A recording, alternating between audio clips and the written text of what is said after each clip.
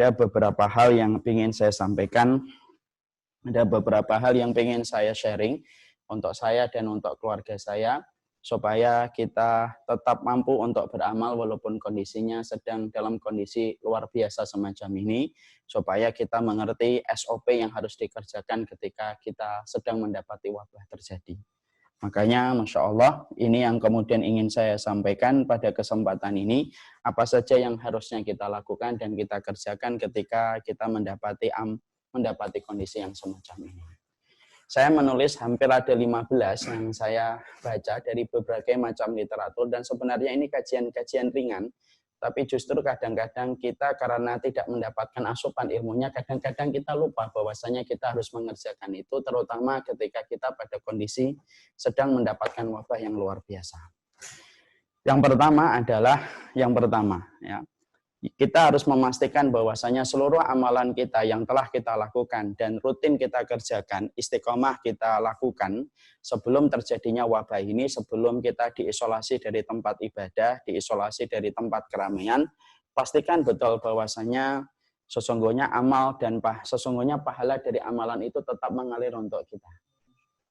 Misalnya kita menjumpai bahwasanya Akhi Sabto ini dulunya sholat berjamaah di masjid. Saya termasuk saksi, beliau adalah orang yang selalu sholat di masjid, kecuali ketika udzur. Maka ketika dalam kondisi sedang mendapatkan wabah, kita tidak bisa pergi ke masjid, terutama beberapa masjid sudah mulai ditutup. Di masjid kompleks ini juga sudah mulai ditutup. Maka sesungguhnya ada kabar yang Allah sampaikan melalui lisan Rasulullah, seluruh amal yang kita lakukan dan kita rutinkan dan kita istiqomahkan sebelum wabah ini datang, menimpa pada kehidupan kita, maka seluruh amal itu tetap memberikan pahala kepada kita walaupun kita sedang tidak mengerjakan. Makanya ada sebuah hadis Rasulullah Shallallahu Alaihi Wasallam yang mana beliau bersabda, "Idza maridul abdu aw safara, kutiba lahu misla ma kana ya'malu muqiman sahihan." Setiap manusia setiap hamba kalau dia itu sedang mendapatkan safar atau sedang sakit, maka ditetapkan pahalanya sebagaimana amal yang dia kerjakan sebelum dia mendapatkan safar dan sakit itu. Jadi kalau saya misalkan mendapati ada fulan dia sibuknya dakwah, maka pahala dakwahnya tetap akan mengalir untuknya walaupun dia sedang rebahan. Kemudian Akhi Sabto tetap akan mendapatkan pahala sering datang ke majelis ilmu walaupun dia sedang di rumah makan mie ayam. Kemudian kita menjumpai bahwasanya Masya Allah, kalau kita terbiasa untuk mendatangi majelis taman surga kemanapun kita perginya, maka tetap Allah akan memberikan pahala ini untuk kita. Syaratnya satu, kita telah merutinkan amal itu sebelum terjadinya wabah ini, maka ketika terjadinya wabah ini kita tidak mampu melaksanakan semua rutinitas amal itu, berarti pahalanya tetap mengalir walaupun kita sedang rebahan di rumah. Allah itu maha indah ya, maha rahman, maha kasih sayang ya Akhi Sabto. Kita ini sama anak kita aja kasih sayangnya luar biasa, apalagi Allah sama hambanya.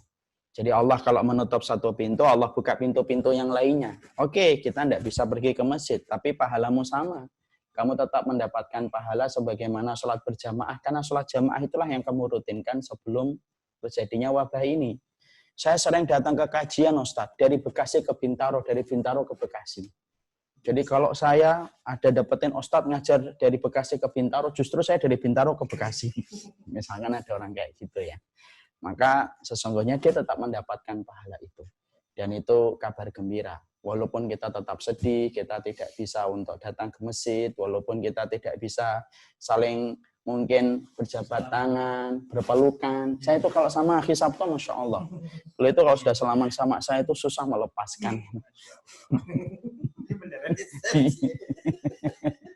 Maka Masya Allah, maka tetap kita mendapatkan pahala itu, dan ini tetap harus kita yakini. Jangan sampai kemudian kita lupa bahwasanya Allah itu maha baik, walaupun Allah memberikan kepada kita suasana isolasi, social distancing, deadlock, dan lain sebagainya.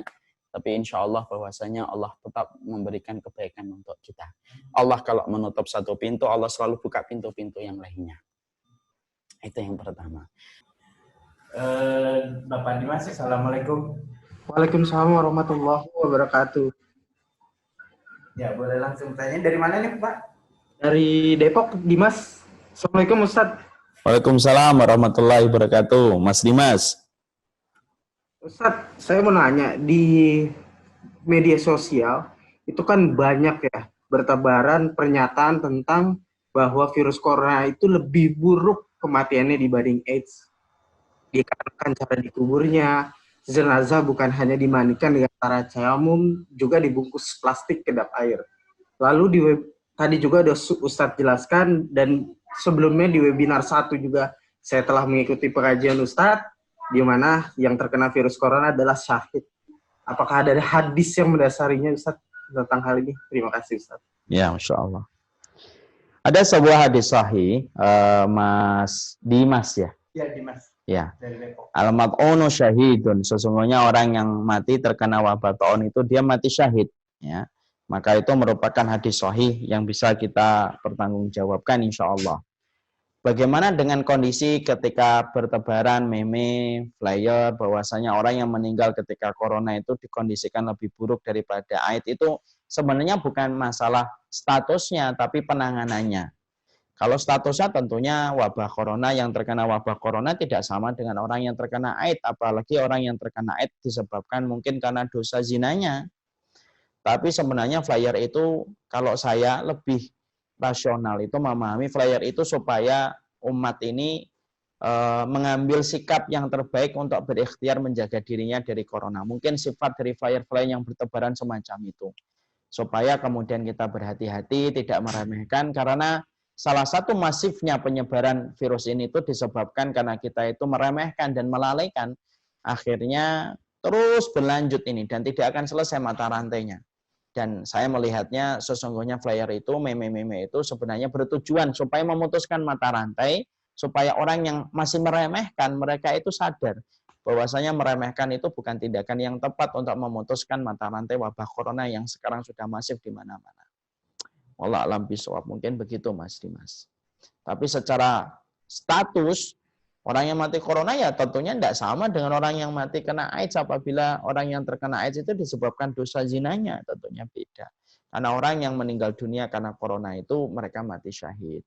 Cuma ketika mereka mati syahid, untuk menjaga supaya virusnya tidak menular, memang dibungkus plastik, memang kemudian dijauhkan. Bukan karena dia itu najis, bukan. Karena bertujuan supaya menutup celah kemungkinan terburuk tertular kepada orang di sekitar.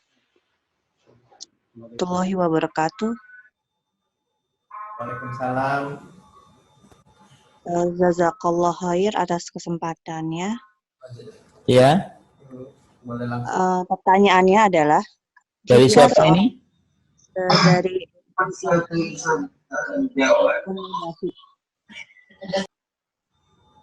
Ya Ibu, boleh.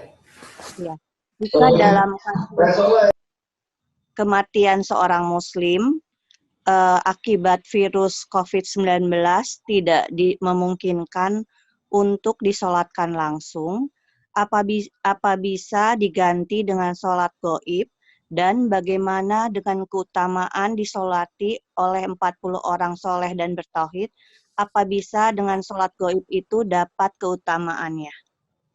Ya. Masya Allah, pertanyaan yang sangat bagus sekali. Ibu yang namanya saya tidak tahu. Ibu Evi. Ibu Evi. Ibu Evi yang semoga Allah rahmati dan Allah berkahi, berkaitan tentang masalah jenazah yang apabila positif terkena corona dan meninggalnya disebabkan karena corona, lalu tenaga medis memberikan instruksi dan memberikan petunjuk bahwasanya dia tidak bisa disolatin dari jarak dekat, maka tentunya diperbolehkan untuk melaksanakan sholat gaib karena ini kondisinya betul-betul dalam kondisi tidak sebagaimana lazimnya dan lumrahnya. Maka dia tetap akan mendapatkan pahala, yaitu pahala meninggalnya beliau dalam kondisi meninggal terkena taun atau terkena wabah. Yang meninggalnya itu meninggal mati syahid di sisi Allah. Walaupun dia tidak disolati sama 40 orang sebagaimana kondisi normal. Mendapatkan syafaat apabila disolati lebih dari 40 orang itu ketika kondisinya lumrah, kondisinya wajar, dan bukan kondisi luar biasa.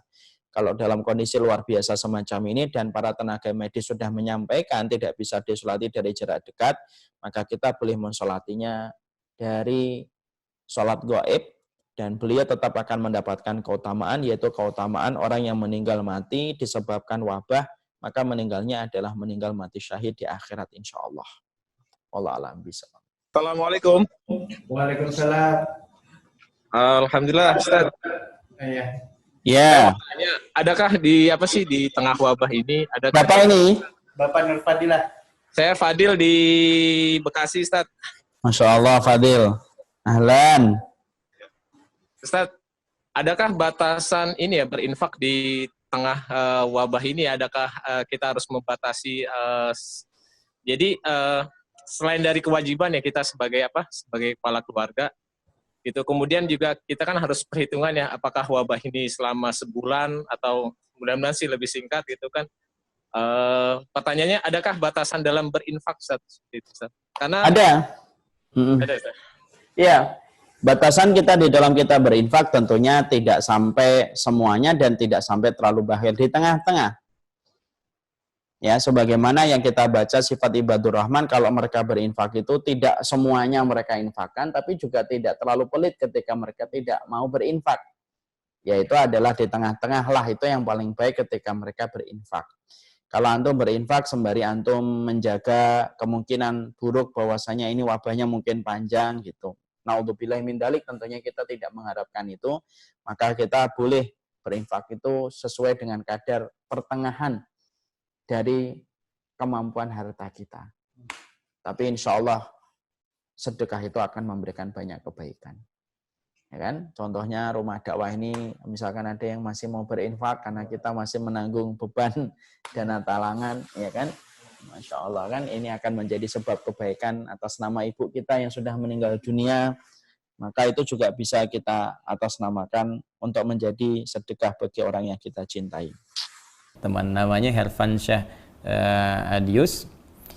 Permisi Ustadz, saya mau tanya, kalau semisal nggak Jumatan 3 kali sudah dianggap kafir, lantas jika wabah corona ini sampai 1 bulan, berarti kita sudah tidak Jumatan 4 kali. Nah itu gimana ya Ustadz? Baik, bagus pertanyaannya. Memang ada keterangan dalam satu hadis yang diriwayatkan salah satunya oleh Imam Abu Daud. Karena nomor hadis 1052, rawinya Abi Al-Ja'i. Ya, dari Rasulullah sallallahu alaihi wasallam, beliau pernah bersabda, bima makna man taraka thalatha juma'in tahawunan alaihi. Nah, tolong digaris bawahi kalimat tahawunan alaihi. Ya, taba'allahu ala qalbi. Siapa yang sengaja meninggalkan Jumat sebanyak 3 kali karena meremehkan itu, tahawunan alaihi itu menganggap ringan, remeh. Nah, jadi kasusnya sengaja meninggalkan Jumat, bukan karena ada sebab tertentu yang secara syariat dia boleh mengganti Jumat dengan zuhur. Ingat ya, bukan sengaja meninggalkan Jumat karena ada sebab tertentu sehingga dia mengganti Jumat dengan zuhur. Nah, kasusnya berbeda. Maka di hadis ini dikatakan siapa yang sengaja meninggalkan Jumat sebanyak 3 kali karena meremehkan, menganggap ringan ibadah Jumat itu, maka taba'allahu ala qalbi. Allah akan menutup, memberikan cap kepada hatinya. Ya, taba'a sama dengan khatama. Ya, sama dengan Al-Baqarah ayat ke-7 itu ketika Allah mengatakan khatamallahu ala qulubihim wa ala sam'ihim wa ala absarihim ghishawa wa lahum adzabun azim. Maka diancam oleh Allah Subhanahu wa taala, hati-hati. Ya, nanti kalbunya bisa tertutup. Ya, kalau kalbu tertutup, pada akhirnya sulit menerima informasi. Nah, bukan hanya informasi-informasi yang dimaksudkan kebaikan-kebaikan, tapi pada puncaknya sulit menerima nur Allah Subhanahu wa taala. Karena itu kalau dengar azan ke telinga sudah nggak mempan lagi, nggak peduli dengar azan. Lihat orang ke masjid sholat sudah tidak ada kecenderungan untuk bisa mengikuti. Bahkan puncaknya ada yang anti. Awas, hati-hati nih. Hati-hati, puncaknya anti. Ya, mohon maaf, ya, azan jadi komplain, lihat orang salat jadi sewot. Nah, sekarang padahal ada tempat misalnya yang aman, ya, boleh jadi tidak ada isu virus di situ, tiba-tiba ikut komentar tutup masjidnya misalnya.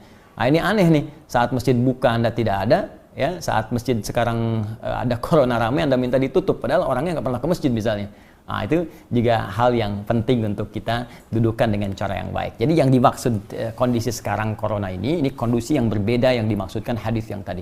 Ya, karena itu penting kita mengkaji secara detail sehingga tidak salah paham atau pahamnya yang salah. Jelas ya?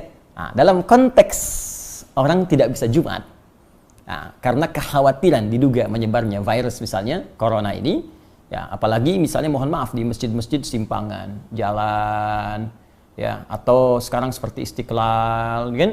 Atau masjid-masjid yang di pinggir jalan yang kita nggak tahu siapa jamaahnya, mungkin dia membawa virus dan sebagainya, maka ada kebijakan di masjid tersebut tidak diselenggarakan sholat Jumat dan jamaah kemudian diperkenankan mengganti dengan sholat zuhur. Bahkan telah keluar fatwa MUI terkait dengan persoalan ini.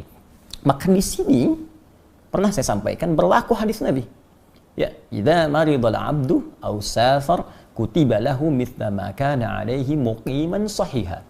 Kalau seorang hamba punya uzur, bahkan uzurnya pun ya bisa sakit, bisa karena penyakit tertentu, bahkan kalaupun nggak ada penyakit, safar kata Nabi itu, safar, perjalanan jauh, ya karena ada masyakkah, kesulitan tertentu. Jadi ilat perjalanan itu, sebab perjalanan itu bisa karena panjangnya jadi lelah, atau bisa karena kedua masyakkah, kesulitan dalam perjalanan itu yang menyebabkan ia tidak mampu mengerjakan rutinitasnya. Dia nggak bisa Jumat, kemudian dia kerjakan zuhur. Bahkan dalam waktu bukan Jumat pun dia berangkat, misal saya ingin katakan saya tinggal di Bekasi ini, ya kemudian saya akan ke Bandung, macetnya luar biasa, macet, saya sampai di kilometer 57, saya singgah di situ, situasi macet luar biasa, mungkin sampai ke Bandung maghrib gitu kan, sehingga tidak mendapati asar di tempatnya atau di jalannya, maka saya jamak qashar, ya saya gabungkan zuhur dengan asar, saya persingkat jadi 2. Itu dalam situasi jamak qashar pun kata Nabi, Anda mendapatkan pahala sempurna seperti Anda biasa kerjakan sebelumnya dalam rutin. Jadi kalau Anda biasa ke masjid, dapat pahala ke masjid. Ya, dapat pahala komplit. Bahkan kalau Jumat pun Anda nggak Jumatan, Anda kerjakan zuhur, pahalanya dapat senilai Jumat. Itu hadis.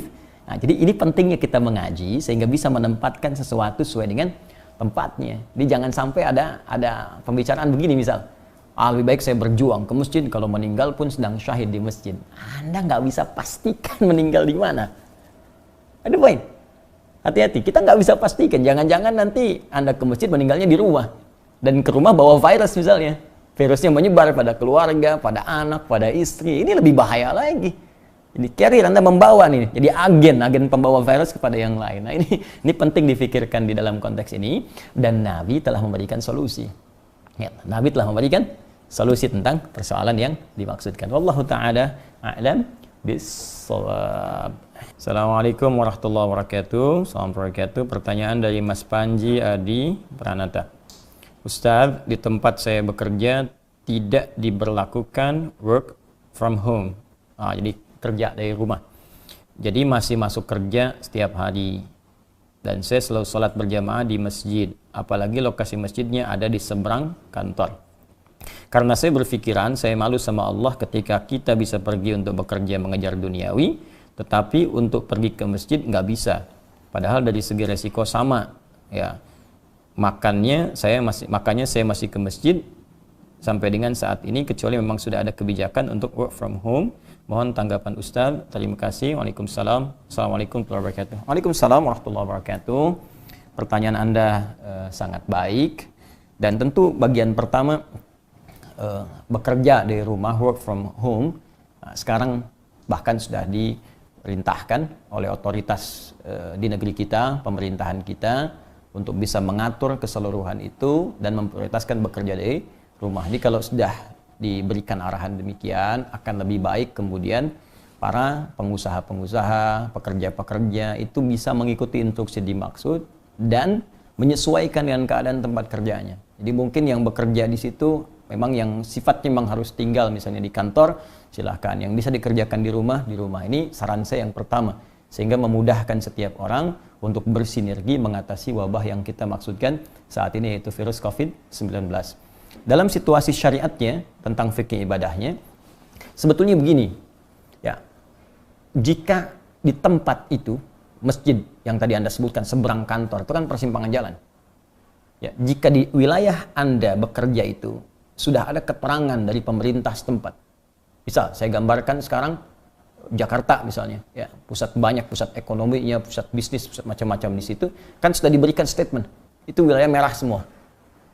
Ya, Bahkan MUI lokalnya pun sudah memberikan satu keterangan supaya kegiatan-kegiatan berjamaah, baik sholat berjamaah ataupun sholat Jumatnya, itu kemudian masing-masing menunaikan ibadah penggantinya di rumah. Jadi Jumat diganti zuhur, berjamaah di masjid, ganti jamaah di rumah. Ya, suami ngimami, kesempatan besar, suami ngimami istri, ngimami anak-anak ke bawahnya dan sebagainya. Persilahkan. Nah, itu sudah ada keterangan demikian, karena dikhawatirkan ketika ke masjid, walaupun ada yang terlihat sehat dan sebagainya, karena tidak bisa diprediksi kemana penyebarannya, bisa terjangkit di situ dan membawa virus ke tempat lain. Kalau dalam situasi semacam ini, maka kalaupun Anda diminta perusahaan bekerja tetap di kantor, berlaku hadis yang saya sebutkan sebelumnya tadi. Yaitu Anda tunaikan di kantor saja. Ya, tidak perlu Anda ke masjid kemudian. Anda tunaikan di kantor. Kalau ada teman 1-2 orang misalnya Anda bisa berjamaah dengan yang diduga baik, sehat, kuat di situ, silahkan tunaikan di situ. Maka saat Anda tak ke masjid pun karena kebiasaan rutinitas Anda tadi, dapat pahalanya sama dengan ke masjid. Berdasar hadis yang tadi saya sampaikan. Ya, tapi kalau Anda paksakan ke masjid tadi misalnya, dengan pengetahuan yang tadi Anda sampaikan, Anda malu kepada Allah. Sekarang kenapa kita nggak malu mengikuti ya perintah Allah yang melarang kita melalui Rasulnya untuk hadir di tempat yang di situ ada wabah atau kemungkinan terinfeksi atau terjangkiti sehingga membawa ke teman-teman yang lain dan menyebarkannya tanpa disadari. Nah, maka tunaikan sholatnya di kantor, di ruangan Anda, itu sama nilainya dengan Anda ke masjid. Ya, berbeda kasus kalau di tempat itu seperti fatwa MUI mengatakan yang di 3 poin B itu, ya, kalau di tempat Anda diduga minimal bahkan tidak ada sama sekali, kan? Maka silahkan hidupkan masjidnya. Dan kalau Anda baca di fatwa itu tidak ada kalimat menutup masjid. Ya, tidak ada kalimat menutup masjid. Jadi bukan penutupan masjid. Ya, tapi membatasi kegiatan yang sifatnya berjamaah di tempat-tempat yang tertentu diduga menyebarnya virus. Jadi kalau tempatnya aman, Anda tinggal di wilayah komplek, kompleknya terisolasi, hanya Anda saja di situ dengan beberapa teman yang lain, warga komplek, diduga tidak ada yang suspek dan sebagainya, silahkan ke masjid hidupkan. Kalau perlu Anda lock dulu.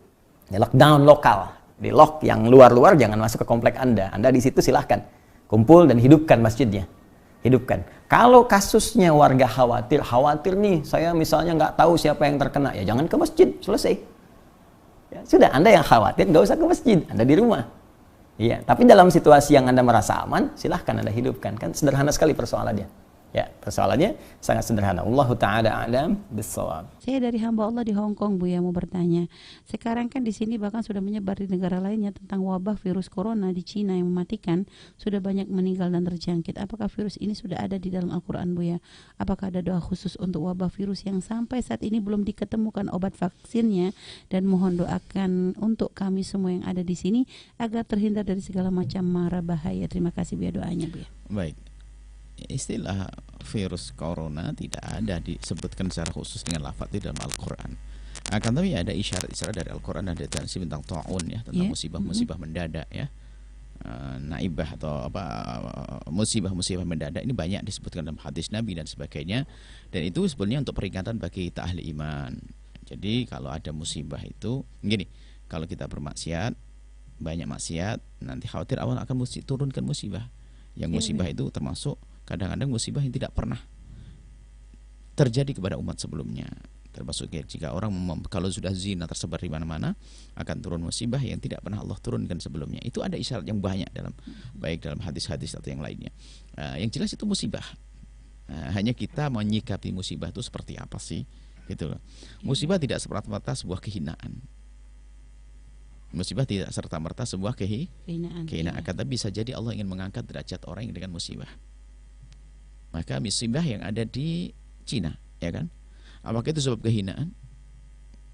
Jika ahli iman yang berada di sana, ahli la ilallah, kena musibah semacam itu, akan terangkat derajatnya. Ya kan?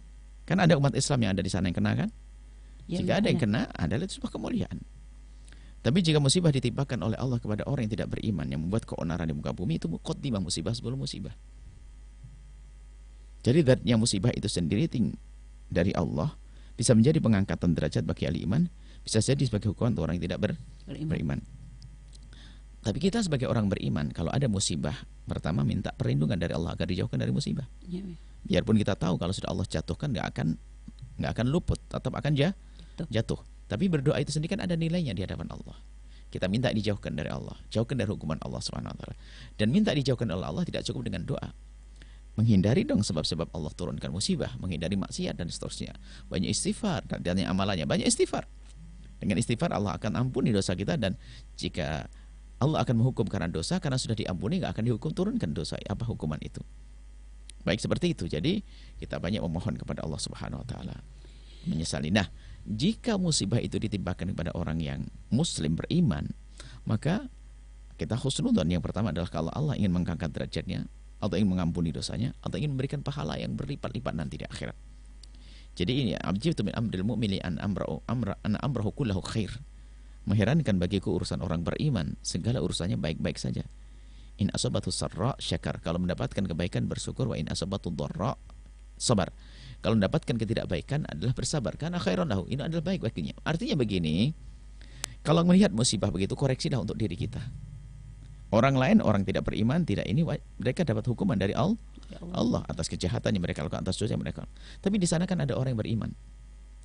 Bahkan mungkin ada orang yang tidak pernah berdosa. Ya kan? Bagaimana ini? Makanya musibah itu kalau ditimpakan oleh seorang, hendaknya koreksi itu kita. Jadi gini, kalau saya ahli maksiat ya segera tobat, jangan sampai saya ketimpa seperti itu. Bukan kita hanya merendahkan orang, tuh musibah buat lu, hancur lu karena kamu banyak maksiat. Itu semuanya kan ujian. Bagi kita ujian yang melihatnya seperti apa. Bersyukur tidak dengan karunia Allah. Kita diberi kesehatan semacam, bersyukur. Tanpa harus bergembira dengan musibah yang menimpa orang lain. Ya kita harus sedih dong dengan ada musibah-musibah di sana, ya kan? Coba yang bingung siapa? Warga negara Indonesia juga bingung. Banyak yang bingung. Nah, tapi kita juga tapi kalau Allah menurunkan musibah di sebuah tempat yang ada kemaksiatan dan sebagainya, makanya takut fitnatan, kita hendaknya takut dengan dosa-dosa yang dilakukan seorang hamba yang akan mendapatkan musibah yang tidak hanya Allah timpakan kepada orang yang berbuat salah saja. Bukan musibah dan ladina dzalamu minkum khassah, bukan hanya orang berbuat zalim saja yang mendapatkan musibah. Maka dari itu ayo kita sekarang berpikir, kalau musibah yang Allah timpakan kepada masyarakat Cina, karena dosa-dosa masyarakat Cina di Indonesia juga harus ditimpa dong. Kan banyak orang maksiat di sini kan. Maka dari itu yang perlu kita koreksi diri saat ini. Ayo banyak istighfar. Jangan membuat keonaran, jangan membuat murka Allah. Kalau seandainya ada orang yang membuat murka Allah di Indonesia, Allah timpakan musibah, semoga Allah menjauhkan kita dari musibah. Maka ahli iman tetap beruntung. Dan hidup di dunia pun harus kita akhiri, sepanjang-panjangnya umur kita harus mati. Tinggal apakah kita petik setelah kehidupan di dunia ini, itu saja. Baik Bu ya, dan juga untuk memahami hadis Nabi, jika kamu mendengar wabah di suatu wilayah, maka janganlah kalian memasukinya, tapi jika terjadi wabah di tempat kamu berada, maka jangan tinggalkan tempat itu. Maksudnya gimana Bu ya? Maka yang pertama gini, supaya ini adalah peringatan dari Sayyidina Umar bin Khattab mendengar berita sebuah kisah wabah yang menimpa sebuah tempat. Kemudian kita tidak datang ke sana. Kenapa? Kita menghindar dari qadar Allah namanya musibah menjadi qadar Allah yang lain, yaitu jauh dari musibah. Dan kita dihimbau untuk berusaha. Maksudnya kita tidak boleh lari dari tempat tersebut dalam arti, ya kan?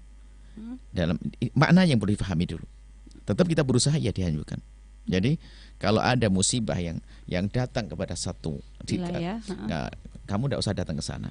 Karena kamu menghindar daripada kena musibah. Padahal namanya penyakit bukan menular. Kalau Allah, biarpun orang di sampingnya orang sakit, kalau Allah tidak menghendaki sakit, tetap tidak sakit. Kan? Maka kita harus kembali kepada Allah. Makanya dia perlu dihindari keimanan ini. Kalau lari kemanapun, kalau Allah beri kamu sakit, tetap sakit. Yang berada di dalam jadi perginya itu bukan dalam rangka menganggap yang menjadikan kita sakit adalah penyakit itu sendiri, bukan Allah. Jadi kalau kita pergi sesuai dengan petunjuk Allah, berobatlah, menghindarlah.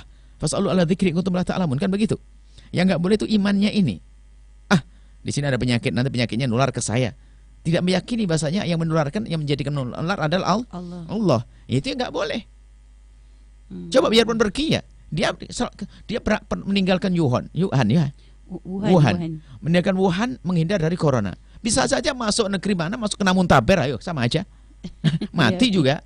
Jadi bukan itu. Makanya jangan menghindar karena zatnya penyakit. Iya, Karena ikut petunjuk. iya, iya. Dan petunjuk keyakinan Allah yang beri sakit. Begitu. Iya, iya. Pergilah. Seperti itu. Tapi kalau kita keluar ya dengan caranya Caranya benar, dengan bentuk keimanan. tawakal kita. Oh, gitu benar, ya. tawakal ada usaha, Iya, boleh tawakal. usaha, Yang menjadikan usaha. saya sakit bukan ini saya. Penyakit tidak akan nular kecuali Allah. Allah yang menjadikan. Maka pergi sah. Pergi boleh, Bu. Yang nggak boleh adalah menganggap ini loh dari penyakit ini. Jadi Seolah-olah hanya dilihat dari itu kan penyakitnya. sombong. Iya. Bersombong. Nanti sudah pakai masker sehat, ini anti ini. Itu lupa Allah. Yang sebenarnya dihindari jangan sampai kamu lupa Allah. Itu saja. Ya, sabar itu bukan diam. Sabar bukan menunggu pasrah. Ya, sabar adalah sebuah sikap menerima segala keputusan yang telah Allah tetapkan, diiringi ikhtiar. Ya, catat kalimat ini. Diiringi ikhtiar untuk mengatasi hal dimaksud dan menyerahkan seluruh hasilnya kepada Allah Subhanahu wa taala untuk menerima ridhanya. Itulah sabar. Ya, bahkan dalam konteks menghadapi wabah ini, Nabi langsung memberikan penjelasan tentang sabar dalam menghadapi wabah supaya tidak banyak orang memberikan tafsiran. Ya, kata Nabi dalam riwayat sahabat Amir bin Sa'id radhiyallahu taala anhu, beliau pernah menyampaikan qala Rasulullah sallallahu alaihi wasallam, fa idza waqa'a bi ardin fala tadkhulu alaihi wa idza waqa'a bi ardin fala takhruju firaran minhu. Ya, kata Nabi, kalau wabah itu terjadi di satu tempat, maka cara sabar menghadapinya di antaranya, ya, karantina wilayah yang telah diketahui ada wabah itu. Orang yang di luar wilayah jangan masuk ke situ. Orang yang di dalam sabar, jangan keluar karena ingin lari dari wabah, lantas tak sadar pindah wilayah terjangkiti ya oleh wabah yang terjadi di tempat dia tinggal. Nah, ini kalimat Nabi-nya. Kalimat yang kedua, ada hadis yang disampaikan oleh Abu Usaib radhiyallahu taala anhu ketika beliau berkata, qala Rasulullah sallallahu alaihi wasallam, atani Jibril alaihi salam bil huma wa ta'un. Fa amsakatil huma bil Madinah wa nashara at-ta'un fi Syam.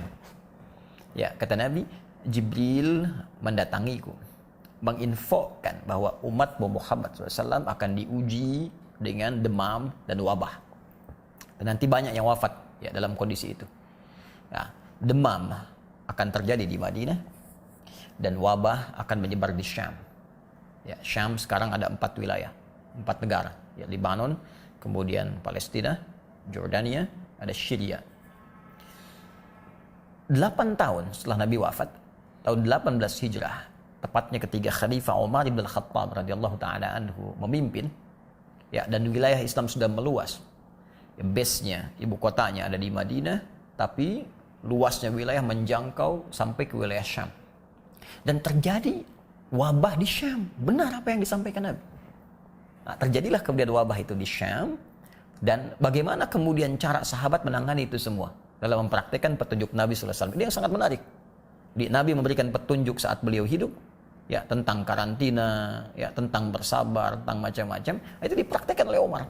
Yang paling menarik adalah bagaimana Umar selaku pemimpin bersinergi dengan stakeholder negara pada saat itu dan di wilayah tempat adanya wabah. Ya, Umar pemimpinnya, Amr bin As, ya, gubernur di Syamnya. Kemudian ada Ubaidah bin Al-Jarrah, pemimpin pasukan di wilayah itu. Kalau kita TNI Polri-nya. Kemudian ada Mu'adz bin Jabal, ya, Mu'adz bin Jabal radhiyallahu taala anhu muftinya. Itu semua rapat.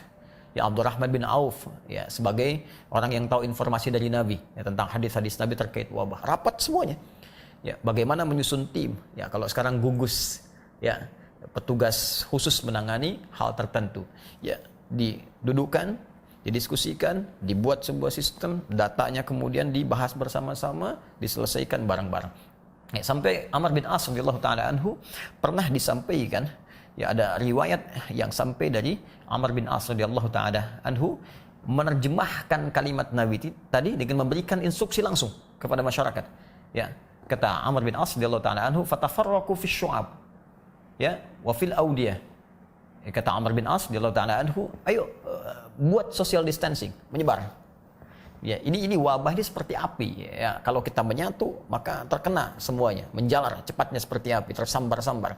Maka kata beliau, buat social distancing, menyebar. Ya, bikin kelompok-kelompok, bahkan kalau perlu ke lembah-lembah, supaya semuanya terlihat ada jarak. Dari situ dipetakan mana yang terkena, mana yang tidak, dan mudah untuk diambil kemudian tindakan mengatasi itu. Nah, ini diantaranya. Jadi poinnya adalah mesti ada ikhtiar yang konkret dalam konteks menghadapi ini, dalam menerjemahkan kalimat sabar, tidak hanya diam pada pernyataan sabar, menerima begitu saja. Nah, itu poinnya. Ya, Allah Ta'ala adam bissawab. Surah kedua Al-Baqarah ayat 155. Allah berfirman, وَلَنَبْلُوَنَّكُمْ بِشَيْءٍ مِنَ الْخَوْفِ وَالْجُوعِ وَنَقْصٍ مِنَ الْأَمْوَالِ وَالْأَنْفُسِ وَالثَّمَرَاتِ وَبَشِّرِ الصَّابِرِينَ. Dan kata Allah, kami akan uji siapapun yang hidup dengan beragam ujian. Ya, boleh jadi itu tidak menyenangkan, seperti kekhawatiran, gelisah, takut, rasa lapar, kurangnya harta benda, ya, jiwa yang sakit sampai wafat, atau kerja keras yang diambil oleh orang lain. Namun yang paling menarik kata Allah, wabasyiris sabirin, berikan kabar gembira pada orang sabar. Ya, terkait dengan COVID-19 atau corona ini, ya tentu kita akan menggolongkan pada hal yang tidak kita senangi. Tidak ada orang yang senang dengan datangnya wabah dalam konteks kemanusiaan. Ya, maka dari itu, ketika kita diuji dengan ujian wabah semacam ini, maka apa sandingannya dalam Al-Quran? Apa padanannya dalam hadis? Maka Allah telah memberikan jalan kepada kita bersabar menghadapinya. Bersabar, berikhtiar dalam mengatasi wabah ini. Karena itulah bahkan spesifik dalam hadis riwayat Sayyidah Aisyah radhiyallahu taala anha, terhimpun riwayat ini bahkan dikutip dalam kitab Al-Fathur Rabbani fi Tartib Musnad Ahmad bin Hanbal Asy-Syaibani dalam bab tentang wabah. Ya, Kitabul Wabah, bab tentang wabah di halaman ke-204. Di situ disitir bahwa Nabi pernah menyampaikan walaysa min 'abdin yaqa'u ta'un fihi wa yamkuthu fi baladihi sabiran muhtasiban. Ya, kata Nabi, dan tidaklah seorang hamba yang mengalami kondisi wabah kemudian dia menetap di tempat dia tinggal itu dengan bersabar, sabiran. Ya, muhtasiba, dia banyak mengoreksi diri. Dia banyak kemudian melihat amal-amal positif yang bisa dia kerjakan. Wa ya'lamu annahu lam yusibhu illa ma kataballahu azza wa jalla lahu. Dan dia menyadari tidak mungkin semua kejadian itu bisa terjadi kecuali Allah mengizinkan, menetapkan itu semua. Ya, illa kana lahu mithla ajri syahid. Maka kalau dia berjuang dengan itu, dia mendapatkan pahala syahid di sisi Allah Subhanahu wa taala sekalipun dia wafat dalam perjuangan itu. Nah, maka jika Anda bertanya tadi bagaimana situasi tentang corona ini, maka kita harus pahami ini ujian yang harus kita hadapi dengan penuh kesabaran karena Allah Subhanahu wa taala.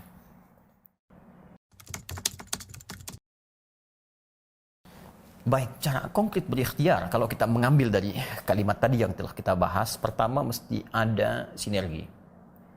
Ya, kalau konteks kita sekarang di Negara Kesatuan Republik Indonesia, kita semua mesti bersinergi. Ya, kalau kita ingin amalkan sila ketiga Pancasila, ya, persatuan Indonesia, ini saatnya kita amalkan. Semua bersatu, rakyat bersatu, ya, dukung pemerintahnya mengatasi itu, pemerintah bersinergi dengan wilayah-wilayahnya, gugusnya kemudian dioptimalkan, ya, pemuka agamanya kemudian juga didorong untuk memberikan ketenangan pada masyarakat, ya, hal-hal yang mungkin muncul di tengah masyarakat untuk diberikan solusi, keluar fatwa-fatwa, nah, itu bersinergi semua. Ini bagian pertama.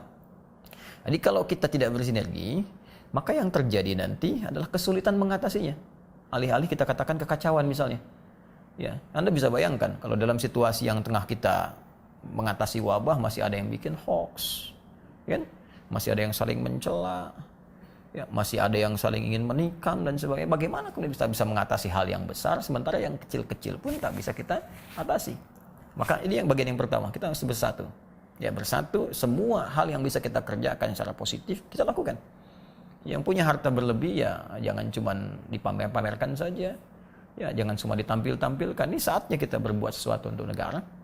Kemudian yang punya kedudukan membuat kebijakan-kebijakan terbaik, rakyat juga disiplin, ya menjalani itu dengan cara yang baik dan terukur, serta pemuka agama memberikan fatwa-fatwa yang menenangkan di masyarakat, dan ahli-ahli terkait virus khususnya virus corona misalnya, atau virus secara umum, memberikan edukasi kepada masyarakat.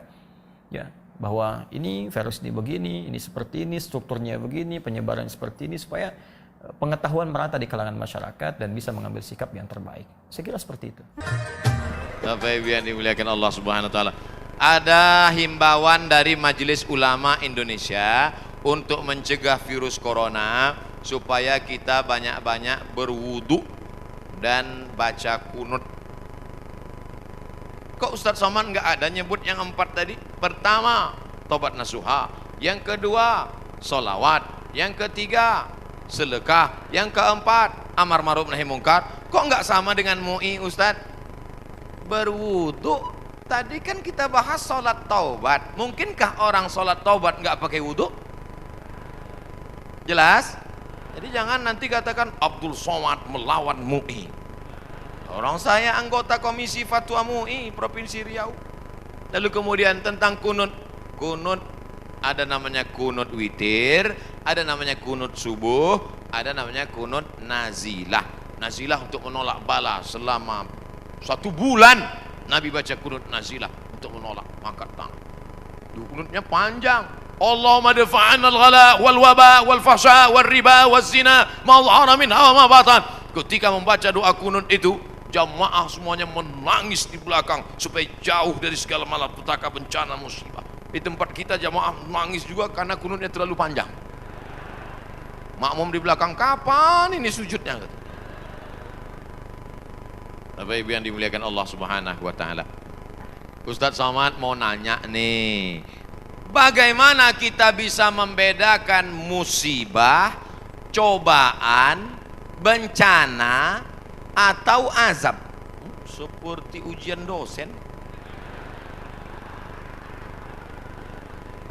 Misalnya virus corona yang sedang merebak sehingga dampaknya pada kaum muslimin, khususnya muslimin di Indonesia yang tidak dapat melaksanakan ibadah umroh. Pertanyaan dari Bapak Ridwan Ahmad Faizin Emrian Abidin Bandung. Ternyata ini pertanyaan kolektif. Misalnya saya demam.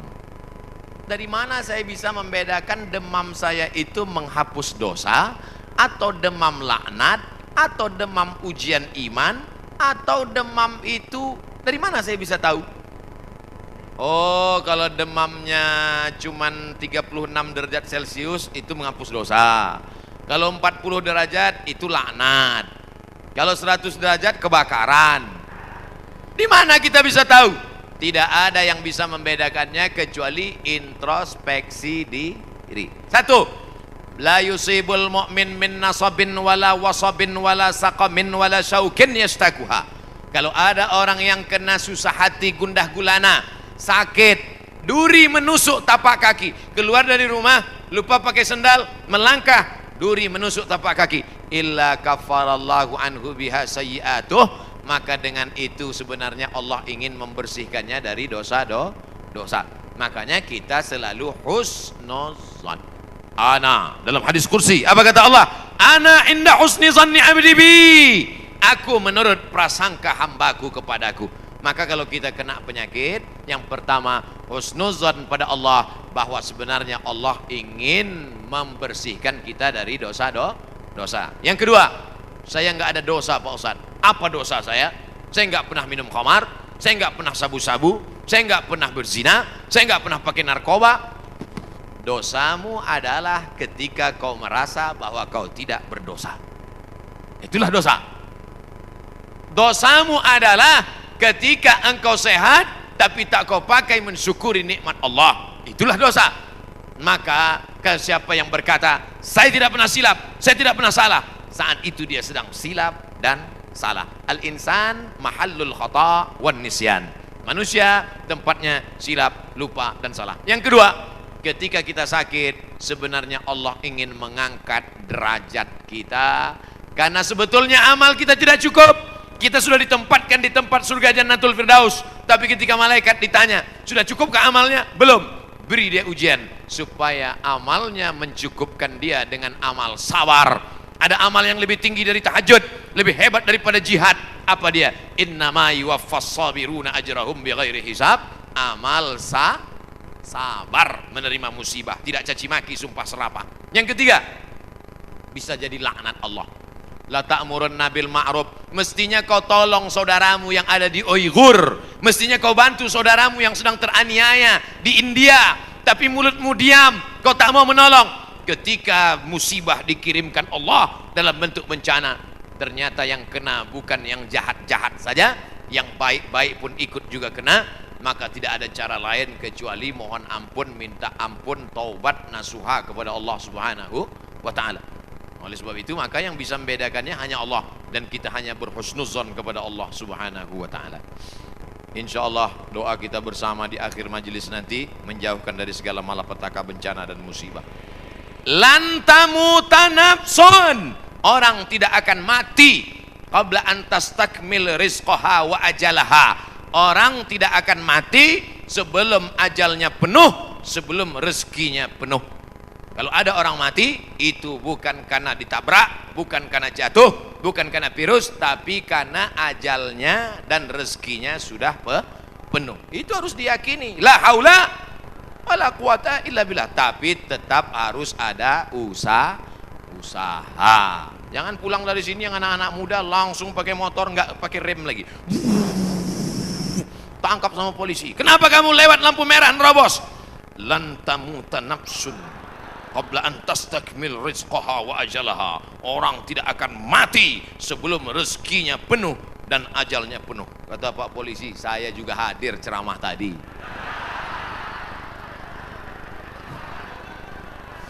Emang ente aja yang ngaji. Apabila kita sudah baca amalan-amalan penangkal musibah, tapi musibah masih saja terus datang, bagaimana sikap kita sebagai muslim?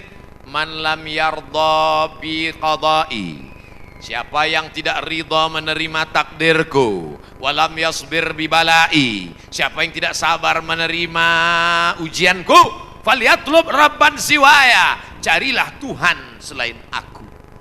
Ada Tuhan selain Allah? La ilaha illallah. Maka kita tidak ada cara lain kecuali ridha, ikhlas, terima ketetapan Allah. Makanya ketika bangun pagi apa doanya?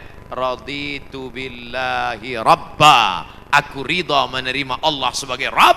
Apapun yang kau beri aku terima ya Allah. Wabil islami dina, aku ridha Islam sebagai agamaku. Apapun perintah dan larangan Islam ku amalkan. Wabi Muhammadin nabiyya wa rasula, aku ridha Muhammad sebagai rasulku, maka kita ikut sunnah Rasulullah Muhammad sallallahu alaihi wasallam. Terjadi juga ridha. Tapi kalau terjadi karena kurang usaha, hukum sebab akibat.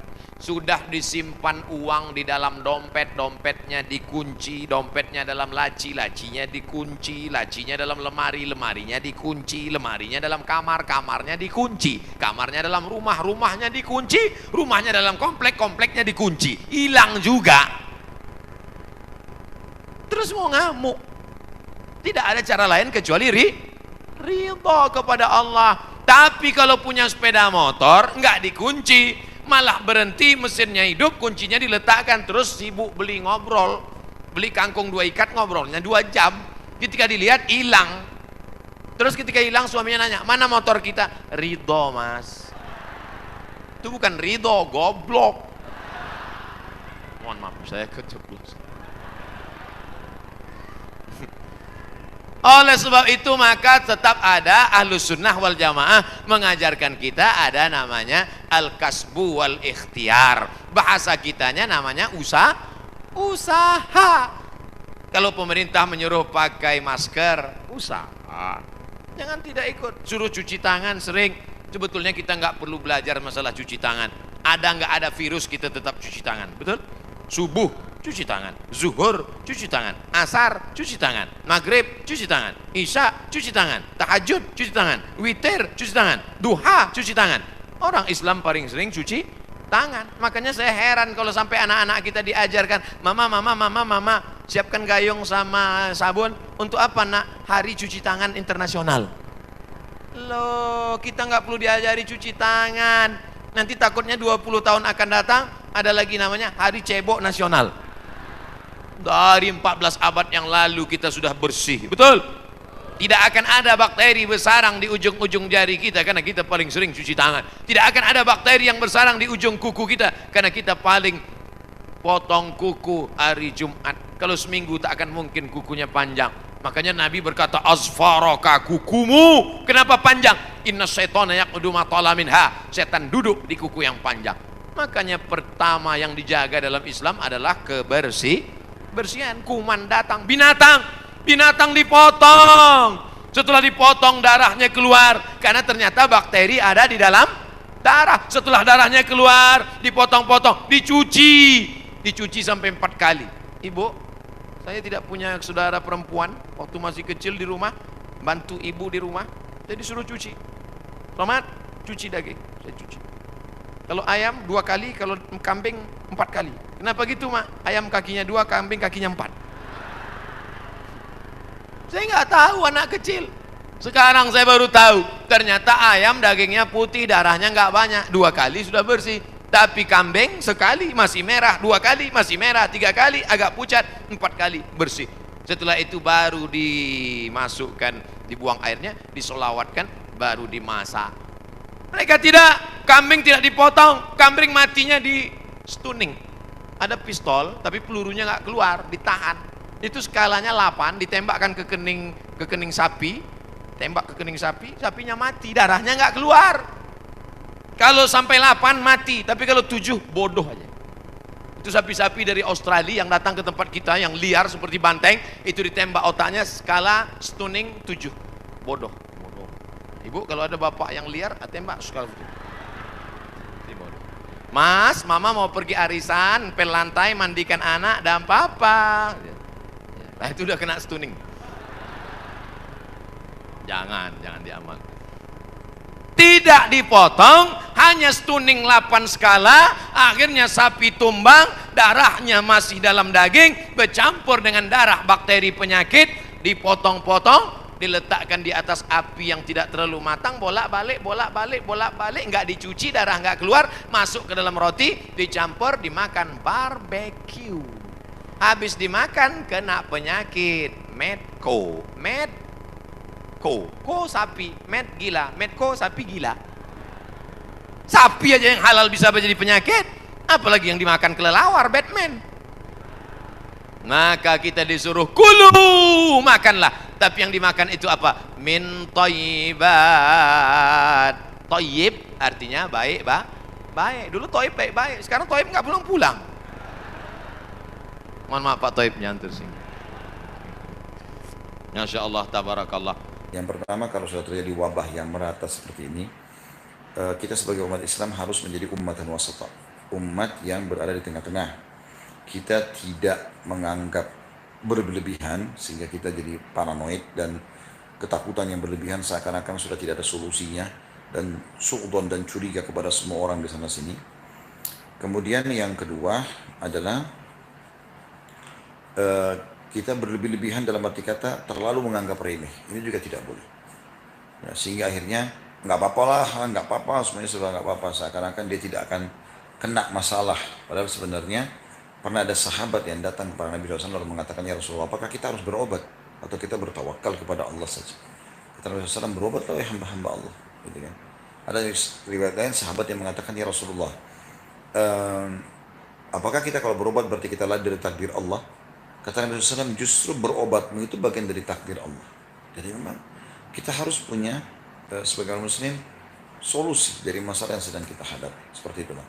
Saya sudah jelaskan, hikmah yang besar dari masalah corona adalah bagaimana seorang muslim menerima takdir Allah. Karena kita dianjurkan dalam agama Islam, dalam rukun iman kita yang ke-6, beriman kepada takdir baik dan takdir buruk. Takdir baik misalnya Anda dapat kesehatan, Anda dapat rezeki, dapat keturunan, apalah segala macam hal yang Anda bisa dapatkan dari nikmat Allah Subhanahu wa taala. Kemudian takdir buruk misalnya Anda sakit, Anda diganggu orang, semua itu cobaan dari Allah Subhanahu wa taala. Maka di situ juga jadi sebuah poin, kita juga harus bisa menerima sebagaimana kita menerima nikmat itu, kan gitu. Itu takdir baik dan takdir buruk. Itu rukun iman kita yang ke-6.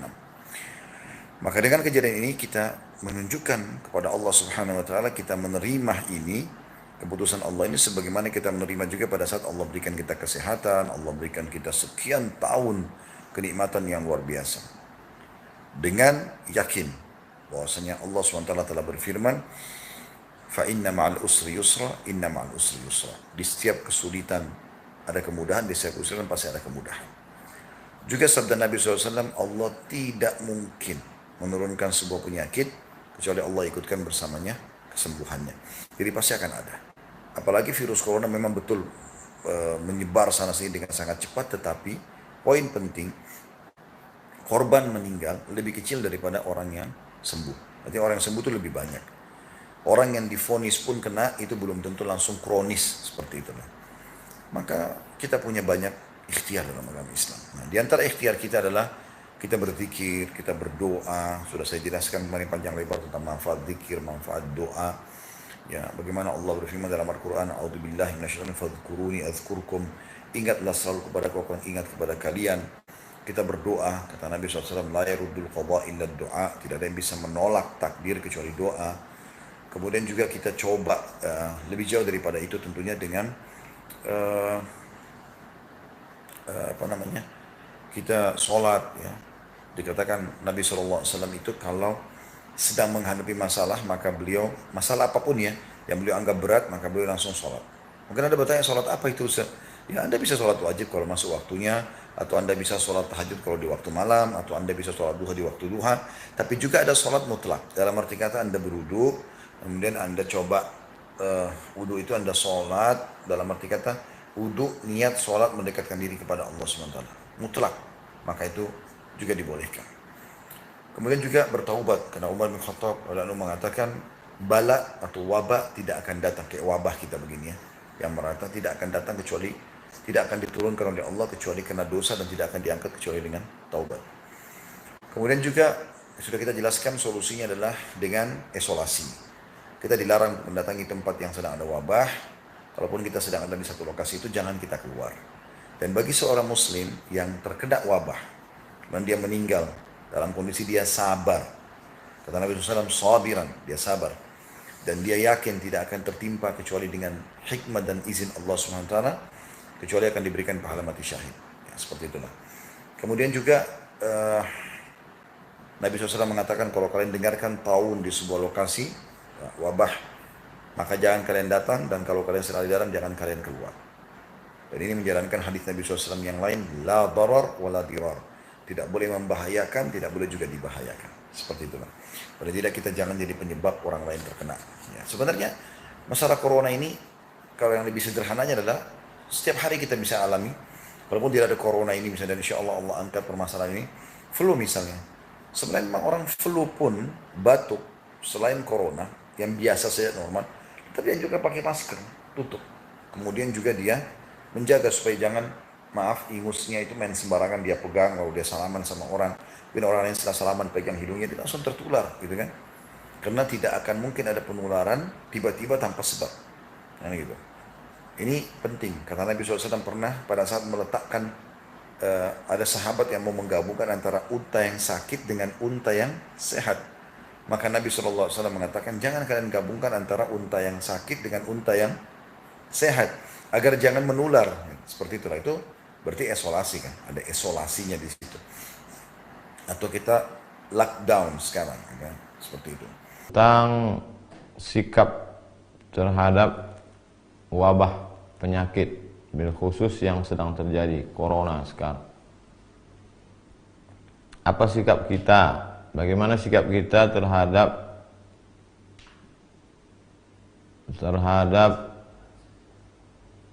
beberapa daerah yang mengosongkan masjid, tidak melaksanakan sholat Jumat dan sholat berjamaah? Apakah sebaiknya kita sholat ke masjid atau di rumah pada saat bencana, pada saat wabah? Maka Nabi SAW sudah mengajarkan kepada kita dalam Sahih Bukhari dan Muslim, idza sami'tum bihi ta'un, idza sami'tum bihi, kalau kamu mendengar ada bihi di situ maksudnya ta'un, wabah, bencana, musibah, penyakit, bi ardin, pada suatu daerah, la taqdimu alaih, jangan kamu datang ke sana. Kita sudah tahu di daerah itu ada wabah penyakit, maka kita jangan datang. Wa idza waqa'a bi ardin wa antum biha.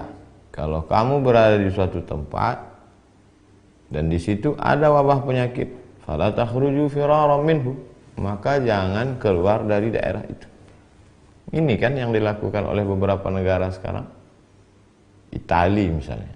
Kita sudah tahu di sana ada wabah terbesar nomor 2 setelah Cina. Maka kita jangan ke sana. Jangan liburan ke sana. Ini dikasih cuti malah pergi liburan ke Eropa. Dan kalau kita udah sempat ke sana, maka jangan pulang ke Indonesia. Alhamdulillah sekarang sudah ada karantina 14 hari untuk sterilisasi. Kalau sudah bersih, dia steril, tidak ada membawa virus, baru dia boleh lagi berinteraksi sosial dengan masyarakat. Lalu ada sebagian orang mengatakan, untuk apa kita takut bencana? Kita kan takutnya kepada Allah Subhanahu wa taala. Loh, ini kan yang mengajarkan Nabi Muhammad sallallahu alaihi wasallam. Kata Nabi, "Firra minal majzum." Firra, larilah engkau minal majzum. Kalau ada orang yang terkena penyakit menular, di sini dalam konteks ini Nabi menyebutkan penyakit kusta. Firra minal, larilah engkau dari orang yang kena penyakit kusta. Firaraka minal asad, seperti engkau lari dari singa. Jadi kita lari dari suatu daerah kawasan yang banyak virus itu bukan kita lari dari takdir. Bahkan pada masa Sayyidina Umar bin Khattab ada suatu lembah, di situ banyak wabah, hama, virus. Kemudian kata Umar bin Khattab, mari kita pindah ke tempat yang tidak ada manusia di situ, yang bersih, steril. Loh, kalau begitu kita lari dari takdir, kita pindah dari takdir yang buruk ke takdir yang baik. Nah, jadi bukan berarti ketika ada orang terkontaminasi bakteri lalu saya tidak takut pada bakteri, hanya takut pada Allah. Itu tidak betul. Kita sudah meninggalkan sunnah Rasulullah SAW. Bagaimana kalau ada orang yang jelas-jelas tertular, kena virus, lalu dia ingin bersalaman dengan kita? Zaman Nabi pernah itu. Ada orang yang sudah terkena penyakit kusta menular. Kata Nabi, "Inna qad bay'anaka farji'." Kami sudah membaiat engkau. Sudah berbaiat. Farji'. Mestinya berbaiat itu salaman. Tapi kata Nabi karena dia kena penyakit menular, "Inna qad bay'anaka." Sudah, farji', pulanglah. Tidak perlu bersalaman. Jadi yang kita lakukan hari ini tidak berinteraksi sosial dengan orang yang dikhawatirkan menularkan virus, tidak bersalaman, bukan meninggalkan sunnah, justru sedang melaksanakan sunnah. Apakah wabah ini hanya baru sekarang terjadi? Kita baca apa yang disebutkan oleh Imam Az-Zahabi dalam kitab Syiar A'lam An-Nubala. Wa kana al-qahtu 'aziman bi Misra. Pernah suatu masa terjadi di Mesir itu masa paceklik. Wa bil Andalus. Tidak hanya di Mesir, sampai ke Andalusia, Spanyol. Mesir, Libya, Tunisia, Aljazair, Maroko, Spanyol. Wa ma'ahidha qahtun wala waba'un mithlu. Belum pernah terjadi masa paceklik, kemarau panjang dan wabah penyakit sedahsyat itu. Di Qurtubah, di Spanyol, di Andalusia. Hatta baqiyatil masajidu mughlaqah. Sampai masjid-masjid ditutup. Bila musallin, tidak ada orang salat. Masjid tutup, tak ada salat. Sama seperti sekarang. Wa summiya 'amul ju'il akbar. Tahun itu disebut dengan tahun al-ju'il akbar. Tahun kelaparan, wabah penyakit terdahsyat, terbesar dalam sejarah. Begitu kata Imam. Jadi jangan pernah kita merasa memang ini lagi takdir kita. 1820 pernah terjadi. Dulu ada namanya kolera, dulu pernah ada flu burung, dulu pernah ada medco. Dan ini takdir. Makanya di antara rukun iman, antu'mina billah wa malaikatihi wa kutubihi wa rusulihi wal yawmil akhir wa biqadri khairihi wa syarrihi. Oleh sebab itu bagaimana sikap kita? Ati'ullah, ta'at kepada Allah, wa ati'ur rasul, ta'at kepada Rasulullah SAW, wa ulil amri ulama. Majelis Ulama Indonesia sudah mengeluarkan tentang masalah sholat berjamaah, tentang masalah tidak berkerumun, dan saya pribadi tidak melaksanakan tabligh akbar untuk menjaga ini. Bahwa ada sebagian orang mengatakan risau, kenapa masjid ditutup, kenapa mall tidak, kenapa masjid ditutup, kenapa airport tidak, kenapa masjid ditutup, kenapa bioskop tidak. Itu tidak serta-merta lalu kita berkata, kalau begitu masjid jangan ditutup. Jadi yang tepat itu bukan begitu. Tidak berkerumun di masjid, juga tidak berkerumun di mall. Jangan sampai ketika orang ditanya, kamu tidak sholat Jumat? Saya takut nanti tersebar virus. Dia tidak sholat Jumat, dia tidak sholat berjamaah, tapi ke mall. Tapi orang asing yang tidak steril dibiarkan masuk. Nah, ini tidak benar. Oleh sebab itu kita saling menjaga. Saya percaya kepada Majelis Ulama Indonesia dan khusus Mesir, karena saya alumni Al-Azhar, ikut Hay'atu Kibar Ulama Al-Azhar. Saya sebagai orang yang awam, tidak berilmu, ikut ulama-ulama guru-guru kami di Azhar yang sudah mengeluarkan keputusan pada tanggal 15 Maret 2020 tentang gugurnya sholat Jumat dan sholat fardu. Perlu kita pahami bahwa korban akibat virus corona di Mesir jauh di bawah Indonesia. Coba lihat pengumuman, paling tinggi di atas Cina, setelah itu Italia, setelah itu Iran. Kita, Mesir jauh di bawah. Oleh sebab itu Mesir saja langkahnya begitu, apalagi kita. Wallahu a'lam bishawab.